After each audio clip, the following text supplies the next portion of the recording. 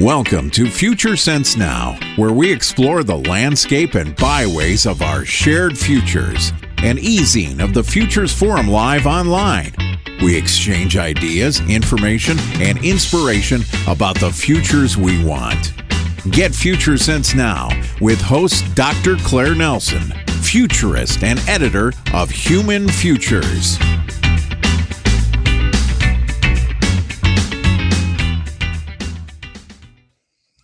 Greetings and welcome to Future Sense Now, an online e-magazine of the Futures Forum.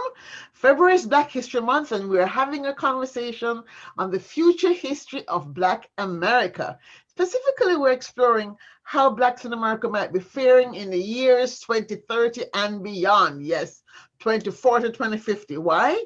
Well, in the US, it is said by 2030, America will become a majority minority country and will no longer be the world's only superpower. Now, having just gone through a bruising election in this the year of COVID 2021, we recognize also that 2030 is only 2 presidential election cycles away, but 5 congressional cycles away. So we have a lot of things we anticipate that could happen.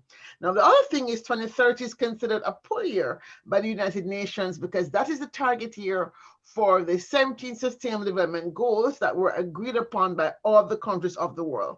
So of these, I like to think about Sustainable Development Goal number 10, which focuses on inequality, because is that not what the big issue is in terms of Blacks in the United States of America? So how might the economic, social, and technological shifts that are emerging impact the future well-being of the Black community here in America? So in this episode, I'll be speaking with Tim Fielder, otherwise known as Diesel Funk. Every time I can't remember his name, I just think Diesel Funk. Diesel Funk. He is a graphic novelist, and he'll tell us more about also his new book, which came out in early December last year. January 19th. January 19th. Oh my God, Infinitum, and it's a fantastic novel. Hold up the book so we can see a little bit better. Okay, it's called Infinitum, an Afrofuturist Tale, published by HarperCollins, imprint Amistad. Yeah. There is no shame in proposing this book. So, Tim, I'm so excited you can join us. You've been out there for a long time, providing the world with fantabulous art. Wait, can you just open it at least so they can see the pictures? Sure. Style? This is my busted copy. This is my busted copy that falls on the floor all the time. So it is a fully painted graphic novel that is, it took me about, I've been working on it for several years, and I wanted to do a book that would sum up the diasporic experience of people from African descent, but to do it in a way where we dealt with the past, but into the far future. So it is, if you wanted to deal with the idea, the concept of Afrofuturism, that's what Infinitum is, but with a specific emphasis on visual Afrofuturism. Wow. Because I'm a futurist like yourself. Yes. So this is one of the reasons why I wanted to talk to you, because you see the world in pictures. And so we talk about 2030 now, we're talking about possibly around 8 billion people. AI is going to be everywhere. Misuse, disuse, whatever. We might be having a world where we have 400 billion mobile phones because people have more than one phone. Formal unemployment could be high depending on how we use robotics. Unions might be, in disarray. But when we look at the future, we see things that don't look exactly like what we thought we'd be seeing in this age of potential abundance. And now that image was before COVID, right? Pandemic hit. Mm-hmm. Now, with this in mind, we think about 2030 and the Sustainable Development Goals, and then poverty and hunger. And we think about blacks here in America. From your vantage point then, as a graphic novelist, as an Afrofuturist, somebody who sees the world in pictures, when you think of 2030 and inequality in America, given where we are right now, right? And our history of the past 4 years, and the uncertainty, right, of what we think could happen in this next 4 years, what picture are you seeing what comes out in your mind? Right. I 9 years can. from now, 9 years from now, or I best get to it. I get it. I completely get it. I'll be in my early 60s, no problem. I fluctuate back and forth from a dystopic and a utopic view. So I would call it a nootropic view. And that is a view where there will be less inequality in 9 years because the demographics of people of color will go up, right? Meaning the larger majority, white, our Caucasian brothers and sisters produce less children. Their numbers are down, right? Black folks, people of color, Latinos, we've never had an issue with producing kids, right? We do that. So what is happening is as the demographic numbers go up, the amount of inequality goes down. That is a fact. But as those who have traditionally been in power lose more power due to their declining numbers, what will happen is you will have more fighting, if you will. And that can be, as you can see on January 6th, physical 1800 style, Miserables, let's storm the Capitol, that type of thing, to more political maneuvering with the voting rights and things like that. So instability. That's going to be a constant struggle. Right. Right, exactly. Right. That is the constant dance of the United States. Right. That is what's going to happen. Actually, you're saying less inequality slightly, but more instability. Yes. Right. Yes. That's what's going to happen because the people in power don't want to lose power, but it's not like anyone's doing anything to them. They're naturally losing power due to their declining numbers. That's just math. It has nothing to do with someone's trying to take power. With folks like you and me, my children, I simply want my children to be treated fairly. Some folks, depending upon their perspective, would see our efforts to want our offspring, generations that come after us, to be treated fairly as an assault on their power. Okay, but I'm thinking about this now. We saw private sector leaders and the people in power are not necessarily the people in government. Let's be honest about that, right? Yes. Because what the government was unable to do because of law, private actors stepped in and did. So we saw them step in eventually to censor hate speech and also begin to recorrect themselves. Where does the responsibility of the marketplace come in this? Do you see that in 2030, given that we seem to be having more mega companies, do you think that there's going to be a pushback in terms of government breaking up companies to prevent this like totalitarianism now from a private sector perspective? Or do you see that this could continue the same way? How are you thinking about how these changes might emerge in the next 10 to 10 years? Let me answer that question from a macro level and a micro level. Yes. So from a macro level, we go back to the numbers again. As the demographics of people of color rise, right? What's happening? Companies are not these, automations that are made of just robotics and AI. No, they're manned by people, human beings. Human beings have needs, they have desires, they have wants, they have biases, but they also have progressive and regressive leaning. They're human. And that's what these companies are made of. They're made of people. And people who design the AI, design the robotics, design the products, the manufacturing systems, also they input their biases within those processes. As we just recently saw, Google has an identification system that was identifying people, but certain people of color, it was doing it incorrectly because the biases of the programmers had made it into the code. right? So what's happening with conglomerations is because in order to survive in this system, you have to be able to sell to those who will buy. So as the demographics of people of color rise in number and financial impact, and let me clarify what I mean by that. As it rises in numbered demographic numbers, and financial impact that is actually data driven, meaning that we're not ignoring that there's a Black community. There's like, oh, Black Panther made $1.3 billion.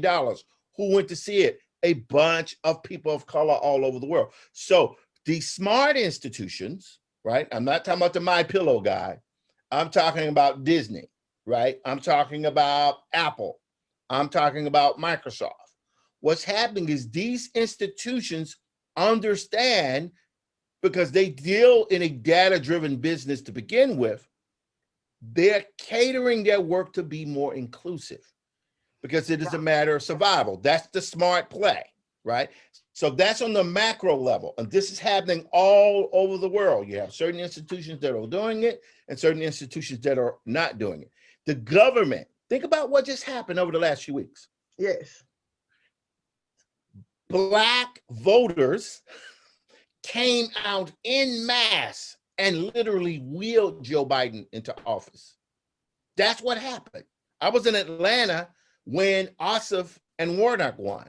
I'm in the car with my dad and my brother who's driving, and we're literally seeing the numbers, and they're saying, well, Cobb County's not in yet, but, well, we have all the rural counties are in, and what's happening is that we know, because my parents live in Georgia, we know there's too many Black people live there. There's no way they can overcome that deficit, right?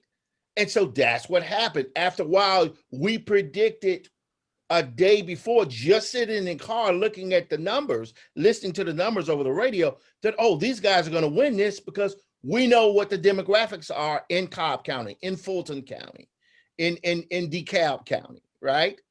So that's on the macro level. So you're saying governmentally things are shifting as well as on a corporate structure. All right, we move that to the side. On a micro level, I am an Afrofuturist. I'm a Black man from the South. I live in New York City. I am completely digital. I don't even draw on paper anymore, except for when I have to do like book cards lately. I've been having to draw on those, right? But everything for me is done digitally. So I have a very clear understanding of the power, not just in terms of how the technology is manufactured in my home. I know how it reaches other people. And as a result of that, it's like, this is going to sound really vain, but I'll just say it. I've been talking for a long time as a teacher, right? Yes. And there was a point where I was like, man, I'm really tired of teaching. But what I learned was teaching to kids who are bored, right? And I've taught all ages. I've taught all the way from elementary all the way to college. I found that teaching is really just about entertainment. How can I help you retain the information, right? Yes. So what happened was I began to become good at it. Like, for example, you would never know it. I'm totally shaking in my boots. I'm totally nervous. But I can act like I am not nervous. Now, you might say, well, what does it have to do with the micro level? That has to do with I have trained myself to be able to deliver information as clearly and concise with a little bit of funk on it, right? Because I'm from down south, we got to have the funk, right? And I can do that.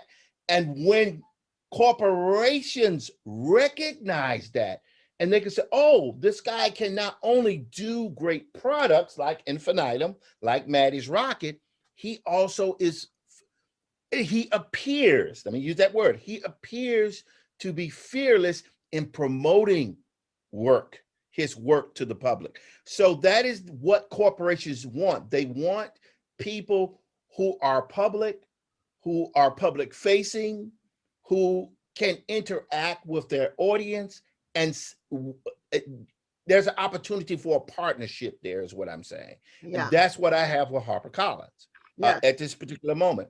And so that was the long-winded answer to that question. Well, that's just interesting that you say then that actually the market might indeed end up be what stops us from becoming a totalitarian state. In other Sure.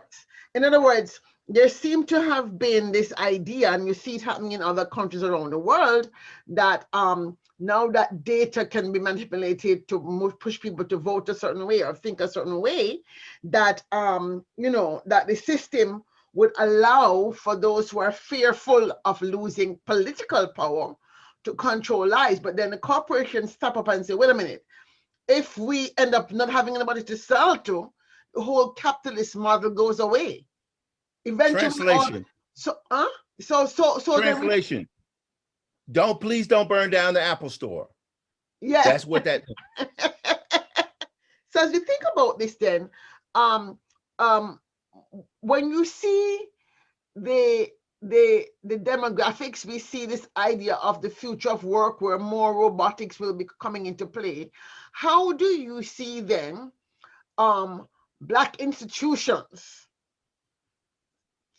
maybe rising to the occasion and the opportunity that we now have to, first of all, co-create a shared vision? Because I'm not sure we have a shared vision. We saw enough people that look like me and you who were more or less on the trumpet sounding things. And I'm not saying I don't have an issue, let's say, with the Republican agenda as a Republican party, such as the Lincoln wing of the party, right? Sure. But I'm confused by the loyalty to a symbol of someone who seems to me to be really about themselves and not about the greater good. So I am confused. Help me understand, because I've been talking to people and nobody has been able to unpack what is it that they're seeing, where they're loyal to an idea, right? That somebody who doesn't pay taxes, somebody who doesn't taxes, somebody that doesn't pay their workers, sues everybody when they don't want to pay. How does that become an idol of affection for people who have been oppressed? Right. I don't understand that. Okay, so I have to, because I understand where my present standing in the space and the media space is, I will be as diplomatic as I can. Yes, please be diplomatic. This is a PG show. Right, and I will try to be concise. I will try to be diplomatic and concise. Okay. And for a matter of convenience, I will go on the macro and the micro level again. Yeah. So we will start on the micro level. You are a Black woman, multi-degreed, highly accomplished. Someone of your stature would not have been able to have a voice that connects with many people in the past. But now you are literally talking to me. You're somewhere, I don't know where you are. I'm in New York, and you're talking to me online. And you have already informed me that this information is not only video, this information will be repurposed into a book. Right? Yeah. And it's going to happen because the ability to manufacture and disseminate. We are manufacturing now while we're talking. We're literally generating content as we're talking, right? Yes. You are the authority on this, so you are literally generating that content. So your voice is being amplified multiple times over because you have harnessed the power of this technology to move your message, your analysis, your systems as a student of futures, right? Of Black futures. That's what you're doing. Let's get that out of the way to first of all. Okay. All right. Now, and the same thing applies to me. I have a book. I've been an Afrofuturist, visual Afrofuturist all of my life. And what I am doing just now, forget what the things that have happened just over the last 5 years, which have been incredible. I'm just talking about what's happened over the last month. For a person like me, I never would have imagined that I had the opportunity to get my work, a Black character who lives into the future. That's like Not like I've done it on the indie level. I did Maddie's Rocket. I self-published, right? In my home. But that I now am in partnership with a multinational corporation. Understand, you know who owns HarperCollins, right? Actually, no, News I Corp. don't. I just know it's News big. Corp. News Oh, Corp. okay, got you. So that's what I'm saying. These things are all interconnected, and after a while, it's just systems. They're not necessarily good or bad. They're just systems. And you are in your particular stream, your data stream, and you're doing what you do, right? So you're doing what you do. I'm doing what we're doing, but we're actually in partnership now because we're talking with one another. And that's what's the first thing that's happening on a micro level. On a macro level, you know, you can't overthink these things, right? It's like a child. You know, this child wants this cookie. They know they shouldn't have the cookie, but they put their hand in the cookie jar, even though we've told them, don't eat the cookie, right? Because you're going to eat the cookie, you're going to get sick. You're going to reduce the number of cookies so other people, so you're actually, you know, you're taking the resources, other people won't have access to the cookies. I know this is a really kind of insipid example, but it's the example that applies because we're talking about an insipid situation.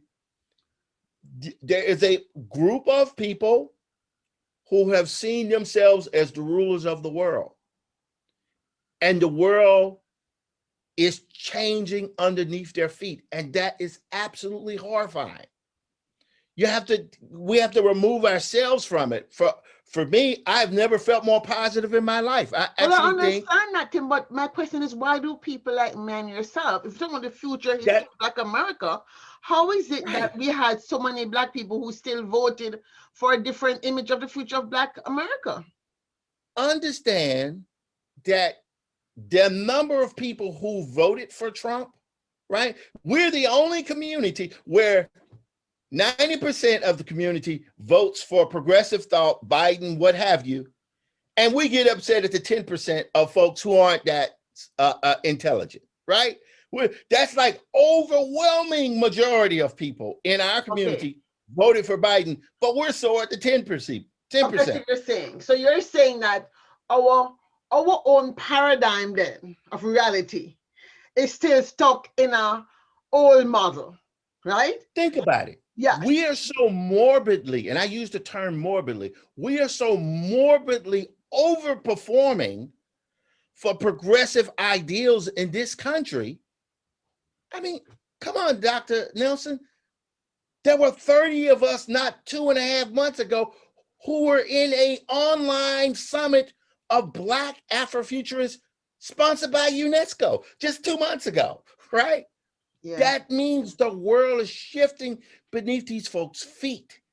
And that is terrifying to some of them, right? These are not people who are saying, well, the world's changing. Oh, I know what we'll do. We'll get everybody in one place and we will see how we can integrate ourselves and they integrate themselves, and we will make the world a better place by discussing ideas and disseminating those ideas. Sometimes it works well, sometimes right. That's what we're working towards. But then there's this entire group that is absolutely horrified. It means the loss of their social status, the loss of their financial status, even though they're progressively losing their ability to make a living on a daily basis. Their kids are completely disenfranchised, right? And then it's the idea that the old regressive thought, what's the thing? It's terrible. It's not true. But what is it?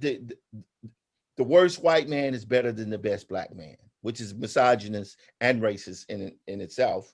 But that's what you're talking about. You're talking about absolute horror. It's like a zombie movie. And I know you're like, why is it that much? It's like you're being overrun. And because you're overrun, everything is getting infected.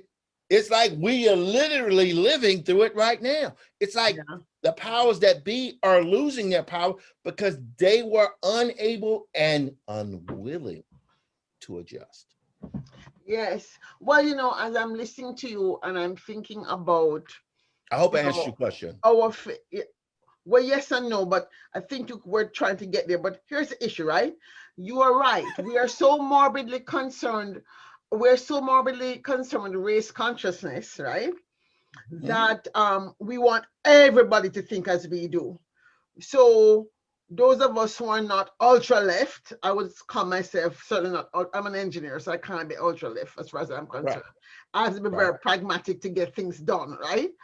But now we're talking about the millennials and the younger ones who thought they were in a post-racial society because of Obama being president. How do you see them possibly regrouping and kind of reimagining reality given where we are today? COVID has kept them on lockdown. They're more comfortable than us because they are used to being indoors more or less than we were. But I'm wondering, how are they doing it, being able to go to festivals and all the things we used to do? We're in a park jamming. How do you think this age group, who is going to be in their 30s and moving up into middle management and running for office, more and more of them would run for office, more and more of them would run to be judges and prosecutors, etc. How do you think that they're seeing this story, how close it is to let's say the civil rights stories of the 60s, or are they writing a new version of the civil rights that we're still looking for, quote unquote, in the 21st century? Right. The civil rights are of it. Civil rights is indicative of the time in which those civil rights are acquired. Yes. So when I see people like AOC and Cori Bush taking office, these are people, the very people you're talking about, who have ascended to power, right? They've ascended to power in a system where they have taken their positions within this system. And that in of itself is that group, that age, that demographic, basically assuming their position. Got you. Right? So this is nothing new, but it's also new, right? So on that end, I feel very positive about the millennials. My children are not quite millennials. Well, one of them is almost a millennial, but it's these kids, which they're grown adults, but we call them kids, right? Are essentially doing the same thing that our community did when we were younger, but they're doing it within the context of the time in which they come. Right. They are coming into adulthood. So I feel very positive about that. I feel positive about that. However, that fighting, that instability that we talked about earlier is going to be ever present because things like white supremacy and greed of natural resources, these things will always be that is the ever-present enemy. Even if one, I think, is more natural, sometimes it's natural for people to want more than they need, right? But white supremacy is totally manufactured. It has no truth in scientific reality. It's just that's what people did to justify a great evil that we're still contending with today. Yes. So I believe these young people are ascending to a place of power where they will bring about a greater level of change. Think about it. Just in the last 6 months alone, something as radical as a universal income, which was unthinkable even a year ago, unthinkable, is now being discussed. The Green New Deal, which was, oh man, it's too expensive, is actually being enacted right now. They're just not calling it the Green New Deal. That is when transitional generations like a Biden and incoming generations like a AOC, like a Cori Bush work together. And I think it's sure, you're going to have that one part that is completely disconnected. But that is the usefulness, the painful usefulness. You know, there's a silver lining and everything. 4 years of Trump got us to the point where we're starting to see, we're going to see, in my opinion, could be wrong, but I don't think I'm wrong this time. We're going to see more progressive movement and legislation over the next 4 to probably 8 years than we've seen probably since the mid 60s. I think it's going to be well beyond that. Well, you know, we're coming to a close, and I want to say, first of all, it's good that you seem to have optimism about the future. I don't have to ask you that question because you're certainly very optimistic about the future. Sometimes I'm negative. Sometimes. Well, you have faith in the millennials, so I would assume that means that I have faith in us. You have faith in us. Well, that's a really good sentence. You have faith in us. And what I heard you say is basically that the instability that we are seeing is part of the process, and we should not fear it. That's what I'm kind of hearing you say. I'm interpreting that. And actually, I feel that's a very inspirational thought. I wish more of us would understand that. There is nothing, the human species is continuing to evolve. And so sometimes what appears to be a step back is necessary so we can have the leverage to take a leap, because we are actually, from the point of view of natural resources, we're actually at the point where if we don't change, we're going to be totally, all of us now, not just Black people, we're all going to be extinct. Right. Be self-delivered extinction if we don't find a new way of sharing the world and the earth's wealth. So I like to tell people I see COVID as a holy transition moment. That was necessary for the gods to kind of temper stuff. With that, I have one question to ask. Could you share with me, since you're a writer, a visual writer, could you share with me a headline story about the year 2030 you would want to see, a positive headline story that has occurred, and you're now looking to 2040, because we'll still be alive, right? What is the headline that you're reading or you're drawing, in this case, since you have your own book?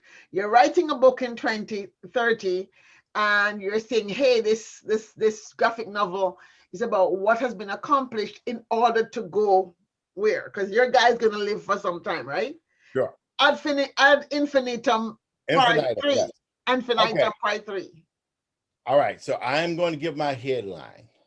My headline is vertical farms, family-owned vertical farms have now become an essential part of the economy on Earth and in interplanetary space. Meaning that we have discovered the ability to both feed our families and feed our communities without using up natural geographic resources, but in a vertical form that is operational and on both the planet Earth and on Mars, on which I forget which one is it, Uranus or Neptune? I forget which one. Triton. Those are the things I want to see, and I would hope that is the case. Wow! Thank you so much. Thank you so much, Tim Fielder. Please hold up your book again. Yes. Graphic novel author of Infinitum. I'm really hoping we soon see it on the silver screen. I want to thank you for this insightful conversation on the future history of Black America. I will want to be, hopefully we'll speak again at some point this year. And just want to say thank you, folks, for joining us on the Future Sense Now, where the Future Forum come to life, where we exchange salient ideas for sustainable futures, speaking with people who are helping to co-create the futures through our imagining better lives for us all. Remember, the future is embedded in the landscape of today, so seize the future as we co-create the future. Until next time, safe journeys. Thank you for listening to Future Sense Now with Dr. Claire Nelson. Future Sense Now is produced by the Futures Forum in Washington, D.C. For more information, visit www.thefuturesforum.org. Remember, our futures are embedded in the landscape of our present stories. Seize the day, share this story, and share the future.